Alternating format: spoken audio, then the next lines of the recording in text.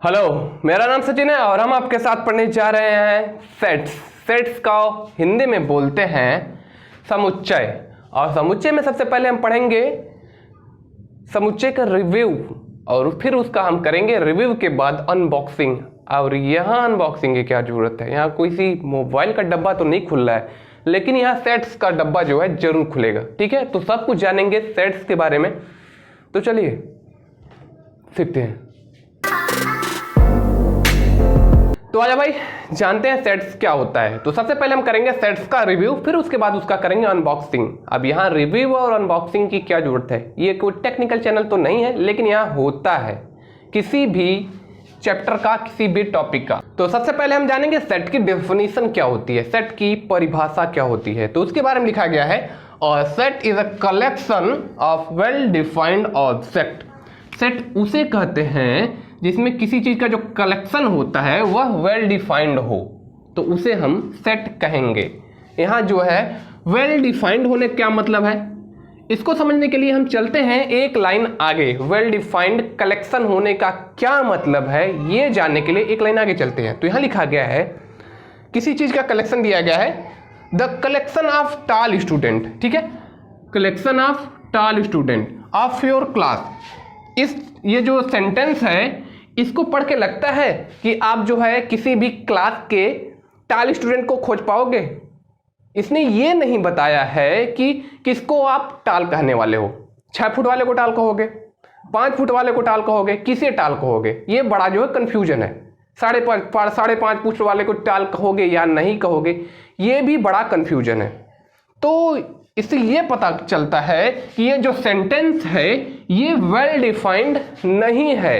ठीक है, तो इसको समझने के लिए एक लाइन और आगे चलते हैं। ठीक है, तो अगर यहां लिखा गया है the collection of student of your class with Heights between 135 centimetre and 160 centimetre. फिर से पढ़ते हैं, यहां लिखा गया है द कलेक्शन ऑफ स्टूडेंट, यहां भी स्टूडेंट का ही कलेक्शन करा गया है। ठीक है, the collection of student of your class with Heights, यहां भी हाइट्स की बात करी गई है, Heights between 135 centimetre and 160 centimetre. मतलब यहां जो है जो स्टूडेंट की जो कलेक्शन है, टॉल स्टूडेंट की जो कलेक्शन है, जिसकी लंबाई बता दी गई है। इसने बोला है कि यहाँ जो 135 सेंटीमीटर से लेकर 160 सेंटीमीटर तक के टॉल स्टूडेंट के कलेक्शन। तो इसमें ये पता चल जाता है कि ये जो सेंटेंस से हमें पता चल जाता है कि हम किसी भी क्लास के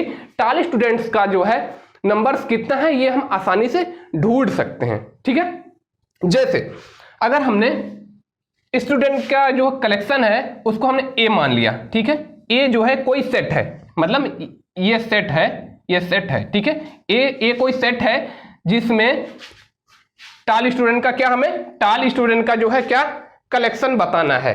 तो कलेक्शन कितने से कितने के बीच में है, 135 सेंटीमीटर से 160 सेंटीमीटर के बीच में जिसकी लंबाई है वह स्टूडेंट टॉल माना जाएगा। लेकिन इस वाले सेंटेंस में यह पता नहीं चल रहा था कि हम किसको टॉल माने, तो ये वाला जो है सेंटेंस जो है वेल डिफाइंड नहीं लगता है। ठीक है, ये वाला सेंटेंस जो है वेल डिफाइंड नहीं लगता, जबकि ये वाला जो सेंटेंस है वेल डिफाइंड लगता है, क्योंकि इससे पता चलता है कि हम किसको ढूंढ रहे हैं, कितने टॉल हमें स्टूडेंट को, कितने से कितने टॉल स्टूडेंट को हमें ढूंढना है। 135 सेंटीमीटर से लेकर 160 सेंटीमीटर तक जितने भी स्टूडेंट रहेंगे उसे हम टॉल मान सकते हैं, इसमें नहीं मान सकते थे। ठीक है, तो अगर किसी का जो है, किसी की लंबाई क्या है 135 सेंटीमीटर है।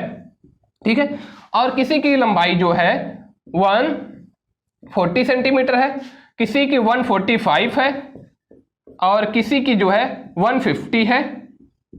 ठीक है, 155 है, 160 है। ठीक है, तो इसको जो है जो सेट होता है, सेट को जो है हम जो है इस तरीके से लिखते हैं, जैसे ए कोई सेट है, ए कोई सेट है, उसको जो हम करली ब्रैकेट में, ठीक है, करली ब्रैकेट में हम रख सकते हैं। और जो कलेक्शन ऑफ स्टूडेंट होगा, मतलब किसी भी ऑब्जेक्ट का जो है कलेक्शन होगा, उसको हम कॉमा से अलग अलग करके दिखाएंगे। ठीक है, तो यहाँ 135 सेंटीमीटर से लेकर 160 सेंटीमीटर तक जितने भी टॉल स्टूडेंट है उसमें किसी की 135 सेंटीमीटर लंबाई है, किसी की लंबाई 140 है, किसी की 145 है, किसी की 150 है, किसी की 155 है, किसी की 160 है।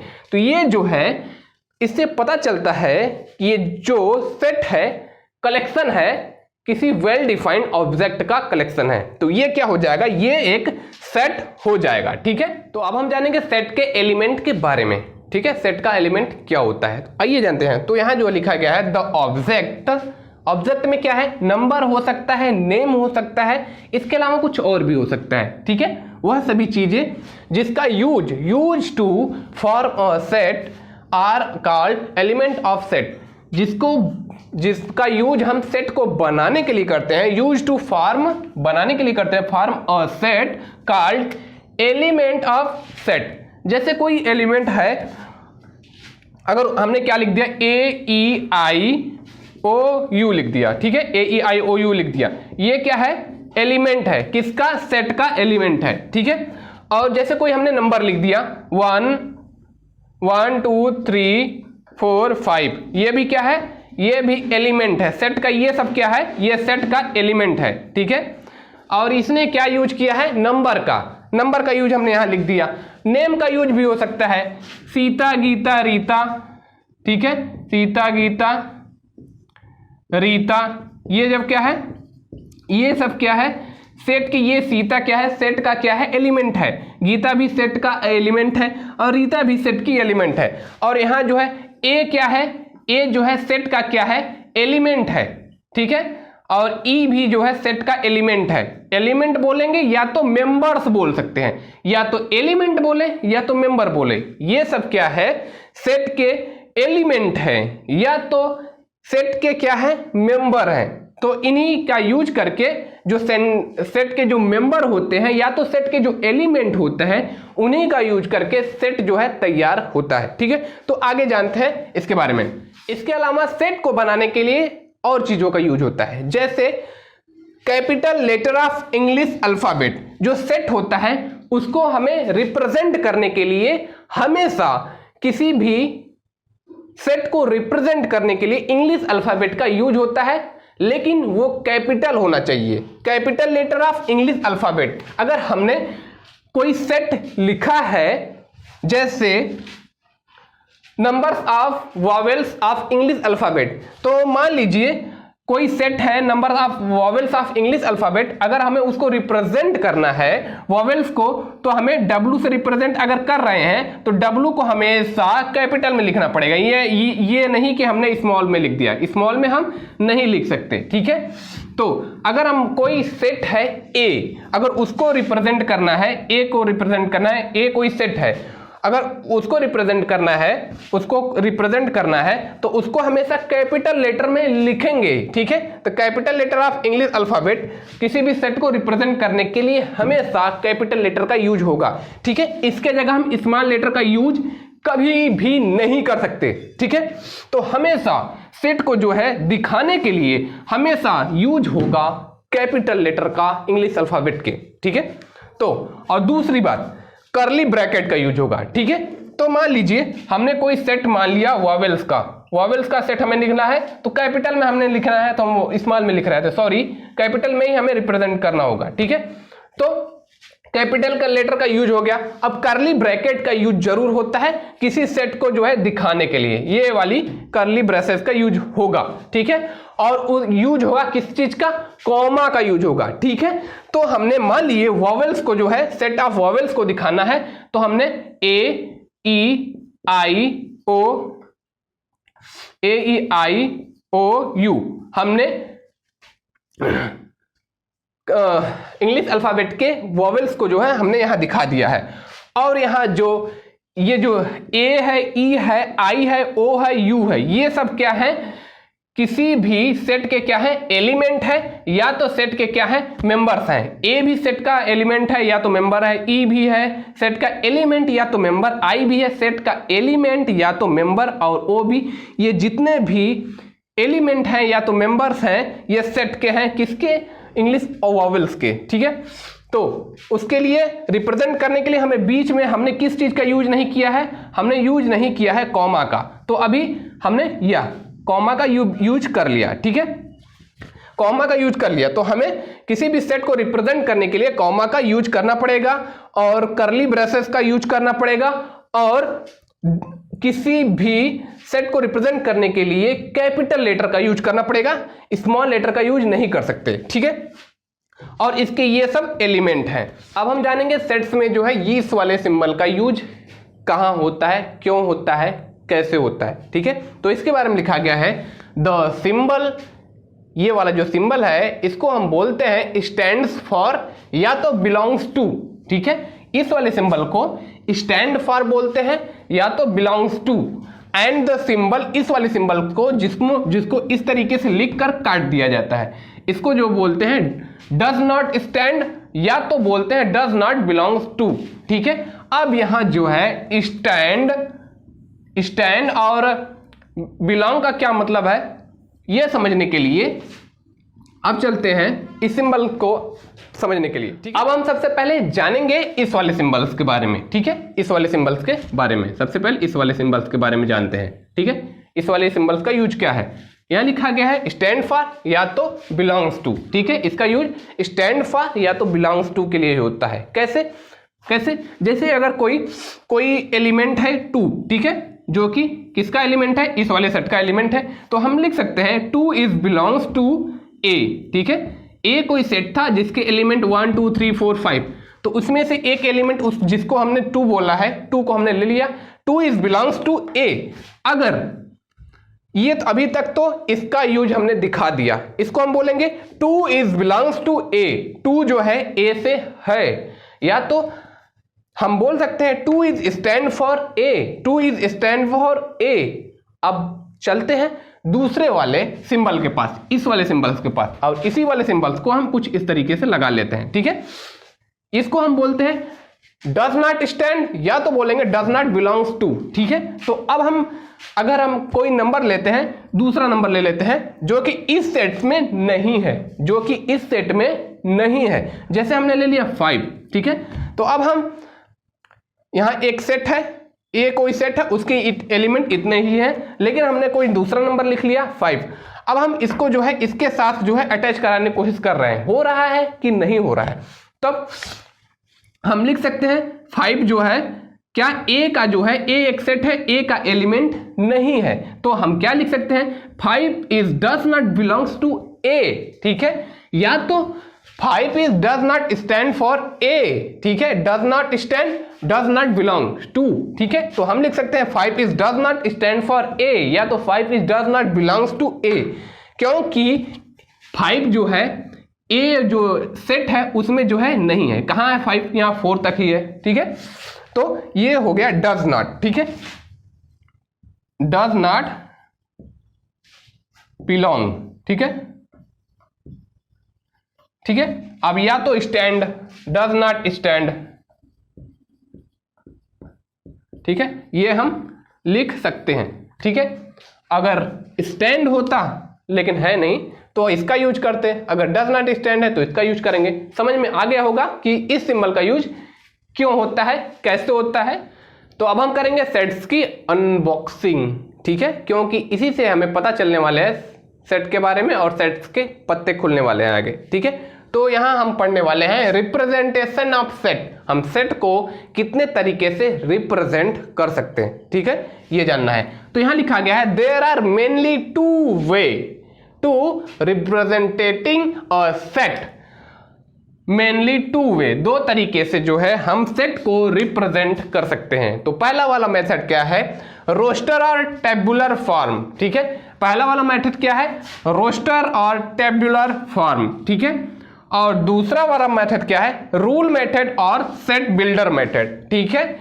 तो अब हम जानेंगे सेट को रिप्रेजेंट करने वाले सबसे पहले मेथड के बारे में, ठीक है। तो वो कौन सा मेथड है, रोस्टर और टेबुलर मेथड। ये क्या होता है, इसमें जो है लिखा हुआ है in this form the element of the set enclosed in curly braces, ये वाला जो ब्रैकेट होता है ये होता है कर्ली ब्रेसेस होता है, after separating them by comma, जिसको कॉमा से हम जो है अलग करके दिखाते हैं। कैसे? जैसे कोई अगर सेट है कोई, ठीक है, जिसका नाम है ए कोई सेट है और उसके एलिमेंट क्या है? उसके एलिमेंट है 2 5 2 है, 4 है, 6 है और 8 है, ठीक है, उसके एलिमेंट है, ठीक है, उसके, और उसको हम करली ब्रेसेस में क्लोज इंक्लोज्ड, देखिए इंक्लोज्ड बाई करली ब्रेसेस, करली ब्रैकेट के अंदर बंद कर लिया। आफ्टर सेपरेटिंग मतलब अलग करना, सेपरेटिंग बाई कॉमा, तो कॉमा से हमने अलग कर लिया, ठीक है। तो ये है जो है रोस्टर और टेबुलर मेथड। इसके अलावा और एग्जांपल ले लेते हैं, जैसे नंबर्स ऑफ इंटीजर, ठीक है। इंटीजर क्या होता है?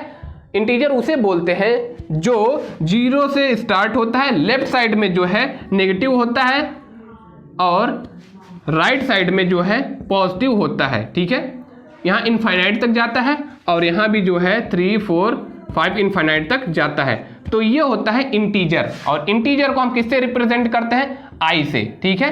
तो अगर इसको अगर हमने मान लिया कोई सेट है इंटीजर, ठीक है, कोई सेट है इंटीजर वाला, ठीक है, तो उसको मान लीजिए कोई सेट है इंटीजर, और उसको हम कैपिटल लेटर से हमेशा रिप्रेजेंट करना चाहिए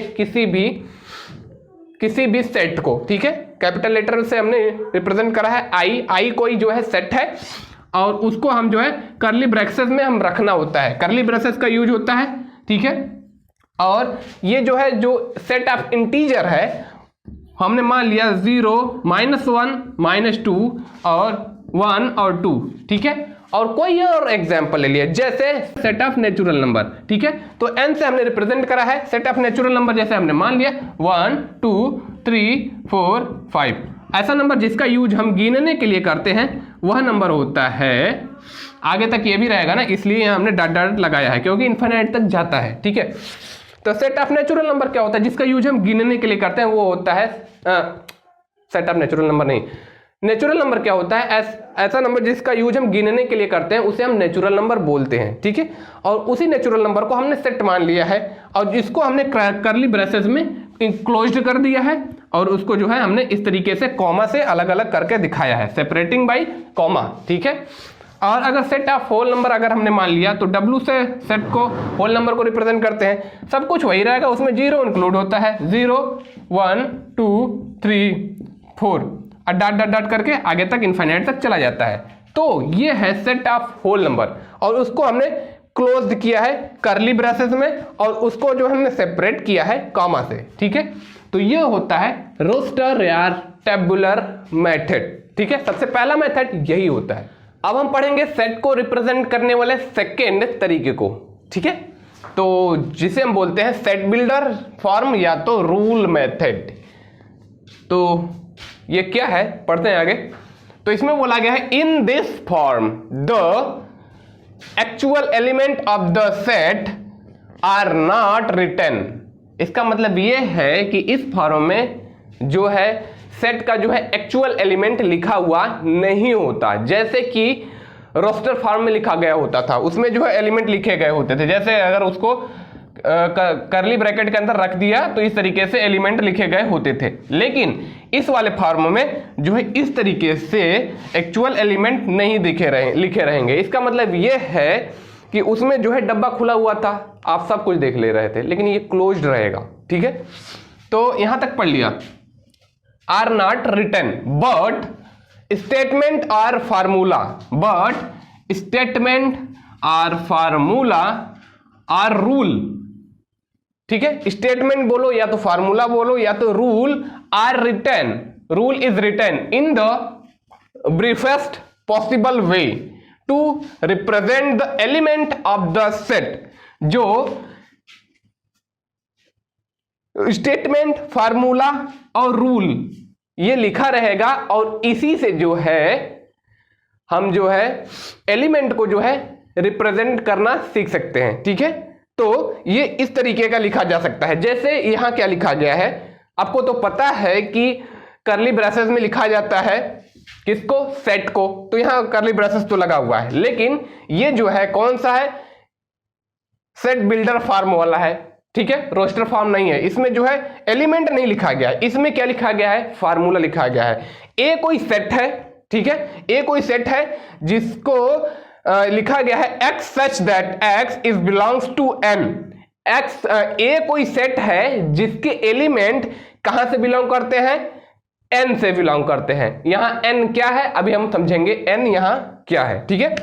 और लिखा गया है x is less then 7, x की वैल्यू 7 से कम होगी, ठीक है। और यहां जो दो बिंदु लिखा गया, इस तरीके का जो लिखा गया है, इसको हम बोलते हैं क्या, सच दैट, ठीक है, इसको हम बोलते हैं सच दैट, ठीक है। तो अब हम इसको कैसे पढ़ेंगे, और इसके बारे में हमने बताया था, इसको बोलते हैं बिलोंग्स टू, ठीक है, बिलोंग्स टू, इसको बोलते हैं बिलोंग्स टू। और ये जो होता है, ये जो कटा हुआ होता है, डज नॉट बिलोंग, ठीक है, यही बोलते हैं, सब कुछ बता दिया, डज नॉट बिलोंग, ठीक है, डज नॉट बिलोंग इसे बोलते हैं, इसको सच दैट, इसको बिलोंग्स टू, और इसको डज नॉट बिलोंग टू। अब बिलोंग्स टू और डज नॉट बिलोंग्स टू के बारे में भी हमने बताया था, ठीक है। तो अब सीधे सीधे चलते हैं इस वाले फार्मूले पे, या तो स्टेटमेंट, या तो फार्मूला, या तो रूल, कुछ भी ये जो लिखा गया है इसको हम समझ लेंगे, ठीक है। तो ये जो है इसको बोलते हैं सच दैट, मिटाने जा रहे हैं इसको। तो अब पढ़ेंगे कैसे, ये ए कोई सेट है, उसका जो है इसको पढ़ेंगे x such that x is belongs to n and x is less than 7।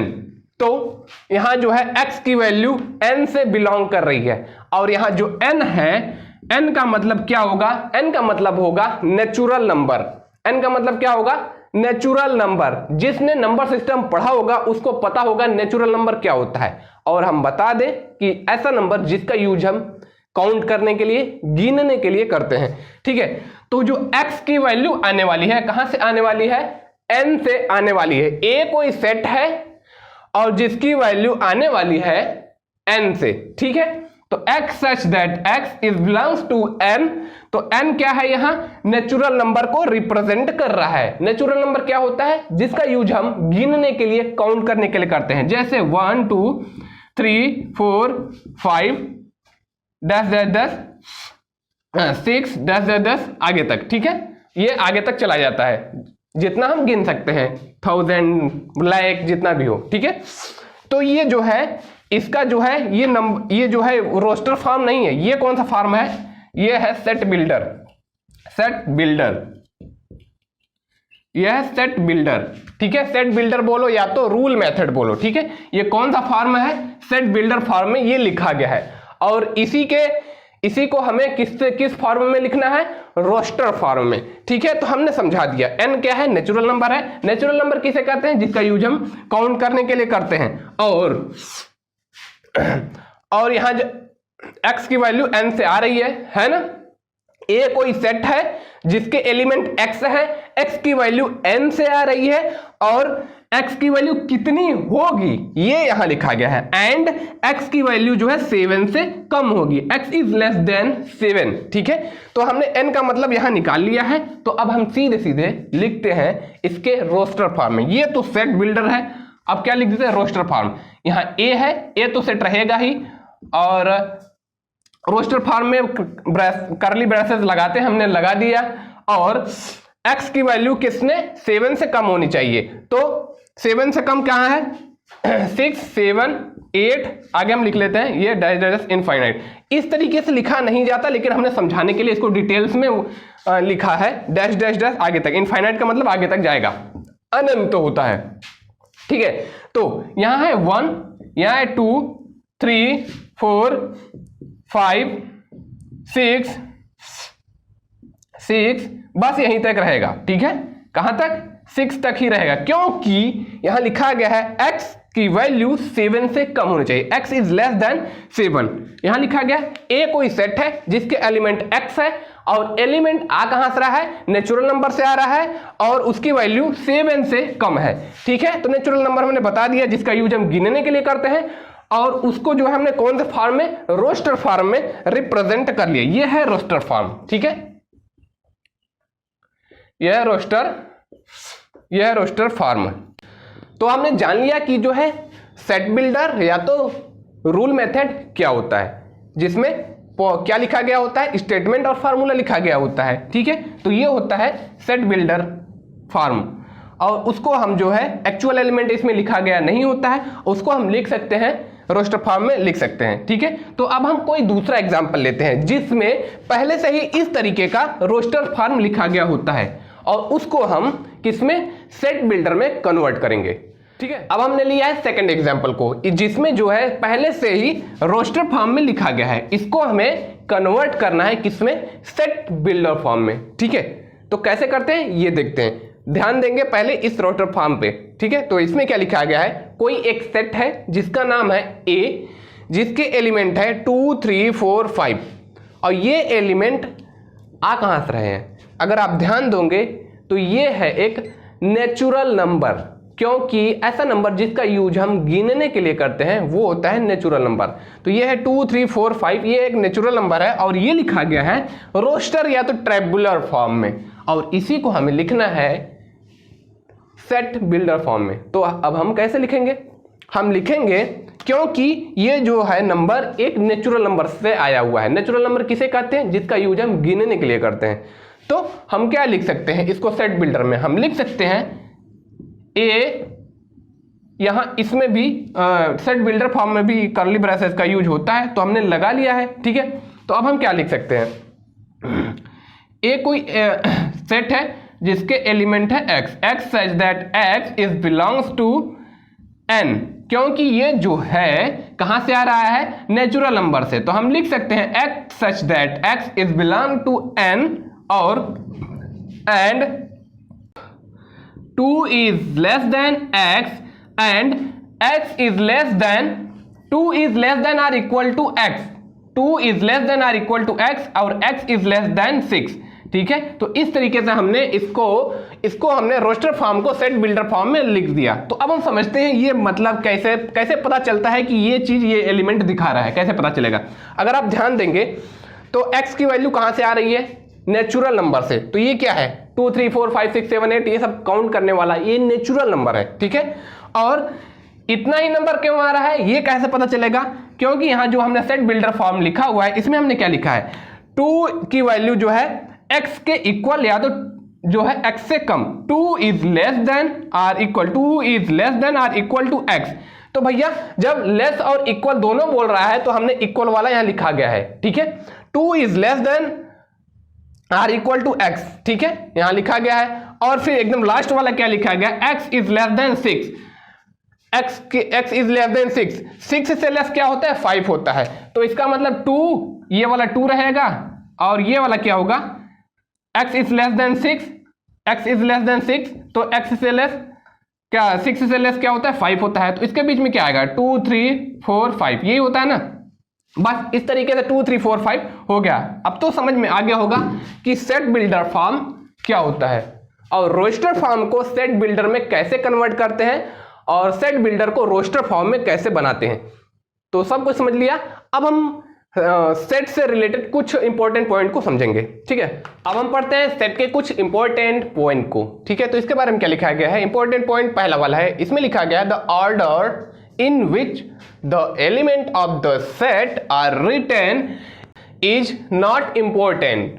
तो इसने बोला है कि किसी भी सेट का एलिमेंट किस तरीके से लिखा जाएगा ये इंपॉर्टेंट नहीं है। किसमें, सेट में इंपॉर्टेंट नहीं है। देखें जैसे एलिमेंट में क्या लिखा गया है, ए बी सी कोई एलिमेंट है, और इसको हम या तो ए बी सी सीधे सीधे लिखें, या तो इस तरीके से लिख दें बी ए सी लिख दें, या तो सी ए बी लिख दें, या तो कोई और तरीका हो लिखने का, उस तरीके से भी लिख सकते हैं। रिप्रेजेंट द सेम सेट, ये जो है सेम सेट को रिप्रेजेंट कर रहा है, क्योंकि अगर इसमें ए बी सी लिखा है, इसको हमने थोड़ा टेढ़ा तरीके से इस तरीके से लिख दिया।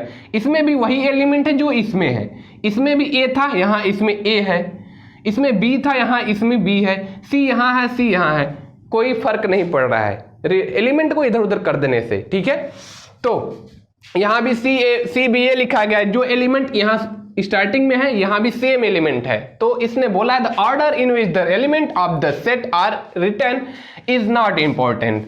ये इंपॉर्टेंट नहीं है कि किसी भी सेट के एलिमेंट को किस तरीके से अरेंज करके लिखा जाए, ठीक है, तो इधर उधर करके लिखा जा सकता है। तो और दूसरी पॉइंट की तरफ चलते हैं। तो यहां क्या लिखा है, यहां लिखा गया है an element of the set, an element of a set is written only once. किसी भी सेट के एलिमेंट को सिर्फ एक ही बार लिखा जा सकता है, ठीक है। जैसे ये एक सेट है जिसमें लिखा गया है 2 3 3 2 4 2, तो ये जो है करेक्ट नहीं है। इस सेट को जो है लिखने के लिए सही आइडिया क्या है, किसी भी सेट में किसी भी एलिमेंट को, किसी सेट के एलिमेंट को एक ही बार लिखा जा सकता है। जैसे 2 लिखा गया है, यहां भी 2 है, तो 2 को हम सिर्फ एक बार लिख सकते हैं, ओनली वंस लिखा है ना, 2 को हम सिर्फ एक बार लिख सकते हैं, ठीक है। और 3 को यहां 2 बार लिखा गया, 3 को एक ही बार लिख सकते हैं, ठीक है, लिखा कोई भी एलिमेंट हो सिर्फ एक ही बार लिख सकते हैं, 2 यहां भी था। और 4 है, 4 को एक बार तो लिखा ही है, ठीक है। तो ये तरीका सही है, ठीक है। इसने बोला है set is written only one, सिर्फ एक बार ही लिखा जा सकता है सेट के एलिमेंट को, दोबारा तिबारा नहीं लिखा जा सकता। जैसे 2 यहां 3 बार लिखा गया था, 3 2 बार लिखा गया था, तो ये गलत होगा। और यहां क्या है, इलाहाबाद वर्ड में इसमें जो है अगर इसको सेट में अगर हम लिखे तो यहां जो है ए कितनी बार है, ए इतनी बार ए है, तो उसको सिर्फ एक ही बार लिख सकते हैं सेट में अगर लिखेंगे तब। और कॉमा तो लगाना जरूरी है, करली ब्रेसेस भी लगाना जरूरी है, ठीक है। और एल भी लिखा गया है, एल भी लिख दिया, ठीक है। और स्मॉल में लिखना है, ए लिख दिया, एल लिख दिया, एच लिख दिया, ठीक है, एच लिख दिया। और बी और डी तो एक एक बार लिखा ही गया है, एच लिखना है, एच स्मॉल में, एच बी और डी। तो ये इस तरीके से सेट को हम लिख सकते हैं। सेट में सिर्फ एक लेटर को या तो एक नंबर को या तो एक नेम को सिर्फ एक ही बार लिख सकते हैं, ठीक है। तो ये था इंपॉर्टेंट पॉइंट। अब आई मुद्दे की बात समझ में आई हो तो वीडियो को लाइक करिए और चैनल सब्सक्राइब। बाय।